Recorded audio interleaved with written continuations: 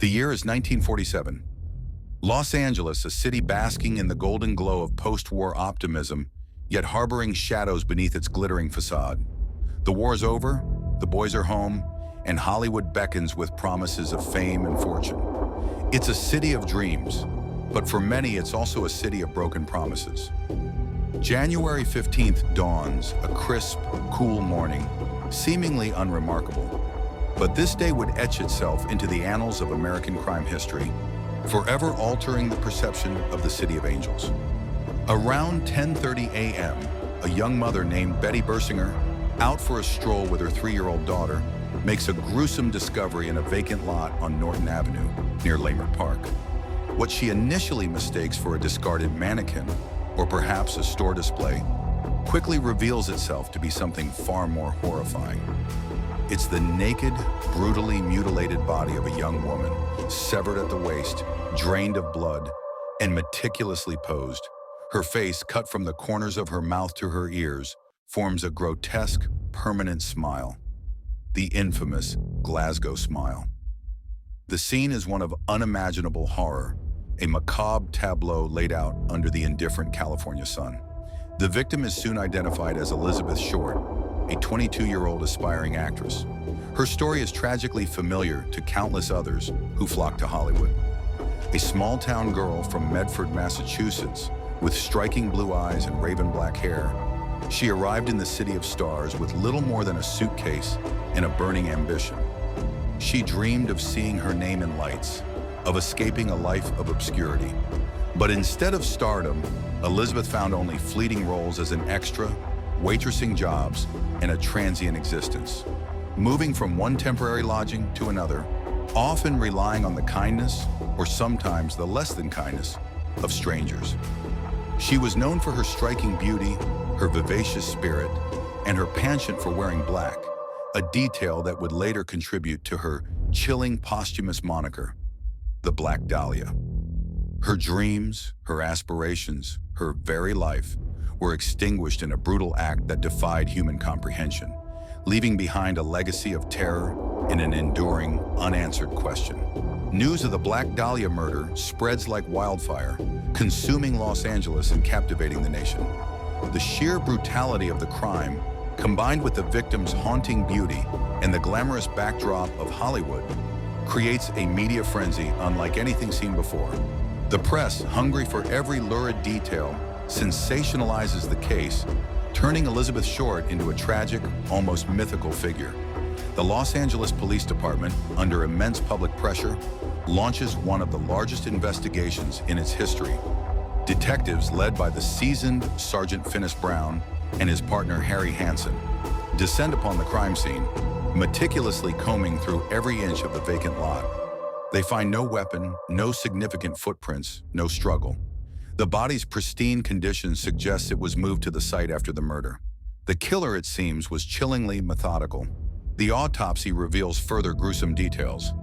Elizabeth had been tortured for days before her death, her body meticulously cleaned and drained of blood, her organs removed, and her face disfigured in that unforgettable, horrifying smile. This wasn't merely a murder, it was a ritualistic act of profound depravity. The police begin to piece together Elizabeth's last days. She had been seen at the Biltmore Hotel, drinking with a mysterious man, and then at the nearby Crown Grill. She was known to frequent various bars and clubs, often accepting rides and hospitality from strangers. Her transient lifestyle, her many acquaintances, and her enigmatic personality make the investigation a labyrinth of dead ends and conflicting accounts.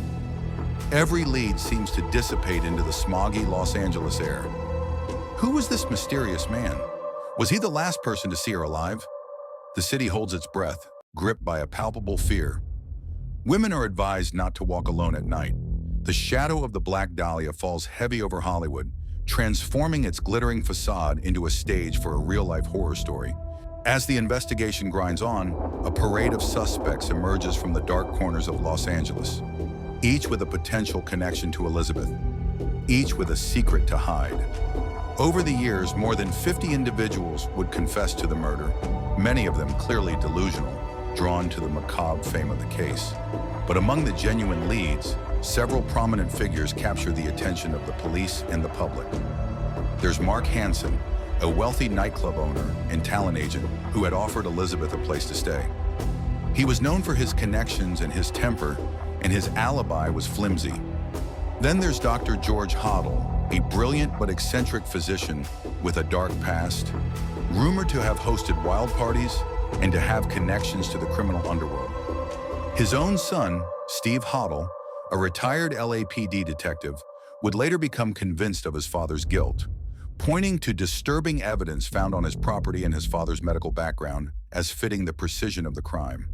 Other names surface: Robert Manley, a salesman who claimed to have dropped Elizabeth off at the Biltmore Hotel; Jack Anderson Wilson, a known criminal, and even a series of servicemen Elizabeth had dated. The list is long, the motives varied, but concrete evidence remains elusive. Adding to the chilling complexity of the case, the killer begins to taunt the authorities and the press. Letters scrawled in block capitals arrive at newspaper offices, claiming responsibility for the murder, mocking the police, and even sending Elizabeth's personal effects: her birth certificate, social security card, and photographs, meticulously cleaned with gasoline. The killer is not only a murderer, but a showman, orchestrating a terrifying game of cat and mouse with the entire city as his audience. These communications, however, offer no definitive clues, only further layers of psychological torment. The police chase leads down countless blind alleys, their resources stretched thin, their frustration mounting.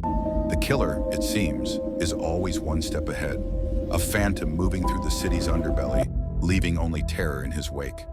Weeks turn into months, months into years, and the Black Dahlia case, once a raging inferno of public interest, slowly begins to cool. The leads dry up, the suspects offer alibis, and the initial frenzy gives way to a grim resignation. Despite thousands of interviews, countless hours of investigation, and the dedication of numerous detectives, the killer remains at large, his identity shrouded in mystery.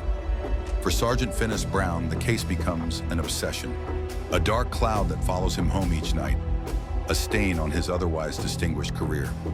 He carries the weight of Elizabeth Short's unsolved murder, a constant reminder of justice denied. Over the decades, the Black Dahlia case transforms from a police investigation into a cultural phenomenon.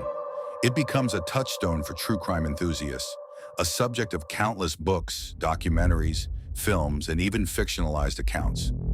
Each new generation attempts to unravel the enigma, offering fresh theories, re-examining old evidence, and pointing fingers at new suspects. Some believe the killer was a serial murderer, others a scorned lover, a deranged doctor, or even a prominent figure protected by powerful connections. The sheer brutality and the ritualistic nature of the crime continue to fascinate and horrify, ensuring its place as one of America's most enduring, unsolved mysteries.